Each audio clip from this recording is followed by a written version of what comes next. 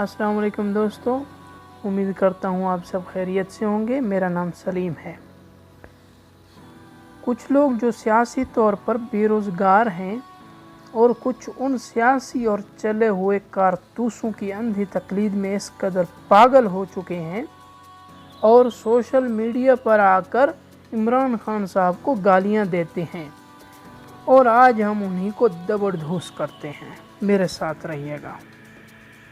اور کچھ لوگ ایسے ہیں جن کو بس بغض عمران کا کیڑا پیدا ہو چکا ہے، ان کے سامنے کوئی خان صاحب کا نام نہ لے، بس اشاروں کے نایوں میں بات کر دے تو یہ لوگ بدحواس ہو جاتے ہیں۔ یہ لوگ خود سوچ اور فکر سے عاری ہیں، کیونکہ یہ لوگ جن کی محبت میں عمران خان صاحب کو گالیاں دیتے ہیں وہ خود منہ چھپا کر پھر رہے ہیں۔ اچھا، یہ واضح ہو جائے کہ ہم عمران خان صاحب کی اندھی تقلید نہیں کرتے، اس کی غلطیوں کو ہم غلطی سمجھتے ہیں اور اس کے اچھے کام کی تعریف اس لیے کرتے ہیں کیونکہ اللہ تعالیٰ نے اسے عزت دی ہے۔ ہم اس کی کوئی اندھی تقلید نہیں کرتے۔ آج ہم کچھ دلیلیں اور کچھ مثالیں دیں گے ان بدحواس لوگوں کو۔ ان کا جو سلسلہ ہے وہ آج سے شروع نہیں ہوا، یہ سلسلہ بہت پہلے سے شروع ہوا ہے، جب عمران خان سیاست میں بھی نہیں آئے تھے۔ آج ہم چند مثالیں دیں گے ان کو، ان بدحواس لوگوں کو، ہو سکے ان کو اللہ ہدایت دے دے، کیونکہ زبانی کلامی بات سے کوئی فائدہ نہیں ہوتا، اور فیصلہ آپ خود کریں گے، کیونکہ دلیل کے ساتھ کوئی بات مانے تو اس کو انسان کہا جاتا ہے، اور اگر دلیل سے کوئی بات نہ مانے تو اس کو حیوان کہا جاتا ہے، اور اگر کوئی اپنی بات پہ اڑا رہے، اپنی غلطی کو سمجھتے بوجھتے ہوئے دلیل کی بات نہ مانے تو اس کو شیطان کہا جاتا ہے۔ پہلی بات، ان کے جو لیڈر ہیں وہ جعلی ڈگری والے، کوئی جعلی سیاستدان اور کچھ دلیل نہ ماننے والے دلے سیاستدان ہیں۔ ان کے مقابلے میں عمران خان صاحب ماشاءاللہ وہاں سے سوچتے ہیں جہاں سے ان کی سوچ ختم ہو جاتی ہے۔ تمہارے کرپشن زدہ لیڈروں نے جو کام شروع کیے، لوٹ مار، لفافہ صحافت، جعلی مقدمے، اور اس کے ساتھ ساتھ اپنی مشہوری کے لیے دوسروں کی ننگی تصویریں یہ خود بانٹتے تھے، ان کے مقابلے میں اس وقت بھی عمران خان اتنے مشہور تھے کہ خان صاحب کی فوٹو دنیا کے مشہور میگزینوں کی فرنٹ پیج پہ چھپتی تھی، اور وہ اس وقت سیاست میں نہیں آیا تھا لیکن وہ سپر سٹار بن چکا تھا۔ ان بے شرموں کو تھوڑی بھی شرم نہیں آتی۔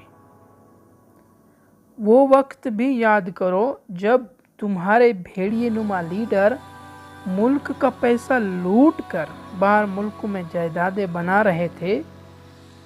اس وقت خان صاحب اپنی باہر کی جائیدادیں بیچ کر وطن واپس آ کر ہسپتال وغیرہ، کالج وغیرہ اور وطن کی ترقی میں بڑھ چڑھ کر حصہ لینے لگا۔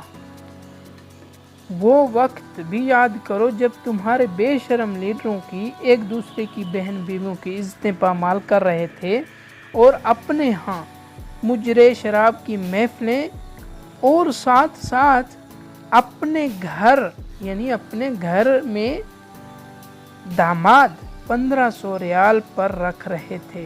وہ یاد کرو۔ ان کے مقابلے میں خان صاحب کی عرب پتی فیملی سے رشتہ ہو کر جمائمہ خان سے محبت کی شادی ہوئی، اور اس وقت رائل فیملی خان صاحب کی نجی دعوتوں پر پاکستان آیا کرتے تھے، جبکہ تمہارے لیڈر پورے ملک کو بھکاری بنا کر آج ان کے جوتے صاف کرنے میں مصروف ہیں، کیونکہ کہیں ان جیسے بھیڑیوں کو انٹرپول کے ذریعے واپس خان صاحب کے پاس نہ بھیج دیا جائے۔ دوستو، ان کے لیے باتیں بہت ہیں لیکن یہ بے شرم ہیں، ان کو شرم آتی نہیں۔ اور لاسٹ میں ایک بات جو بہت ہی اہم ہے، آج کل تو یہ لوگ بس گالیوں سے کام چلا رہے ہیں نا، اس سے پہلے ان جیسے مکاروں نے خان صاحب اور ان کی اہلیہ کے ساتھ جو ظلم اس وقت کیا، اللہ تعالیٰ کبھی ان کو معاف نہیں کرے گا، نہ یہ قوم معاف کرے گی۔ یہ خان صاحب پر جھوٹی تہمتیں لگاتے تھے اور ان کی اہلیہ پر فتوے جاری کرتے تھے، جو کہ شیطان کا کام ان لوگوں نے کیا تھا۔ ان بے شرموں کو بس میں اتنا کہنا چاہتا ہوں کہ آپ کی 2 گز لمبی زبان کے تھوڑا سا نیچے گربان ہے، اگر تم میں ہے جرأت تو اس میں جھانک کر دیکھ لو اپنی حقیقت۔ اللہ چاہے تو ان کو ہدایت دے، لیکن خان صاحب کو اللہ نے بہت صبر دیا۔ یہ بے وقوف لوگ خان صاحب کا مقابلہ نہیں کر سکتے۔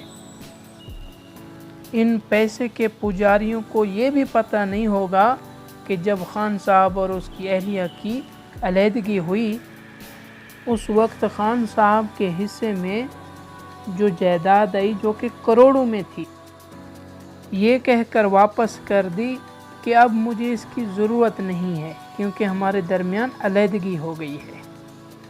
اور تمہارے لیڈر نہ زکوٰۃ کا پیسہ چھوڑتے ہیں، نہ جو باہر سے فنڈ آتے ہیں غریبوں مسکینوں کے لیے، زلزلہ زدگان کے لیے، کسی کا کچھ نہیں چھوڑے۔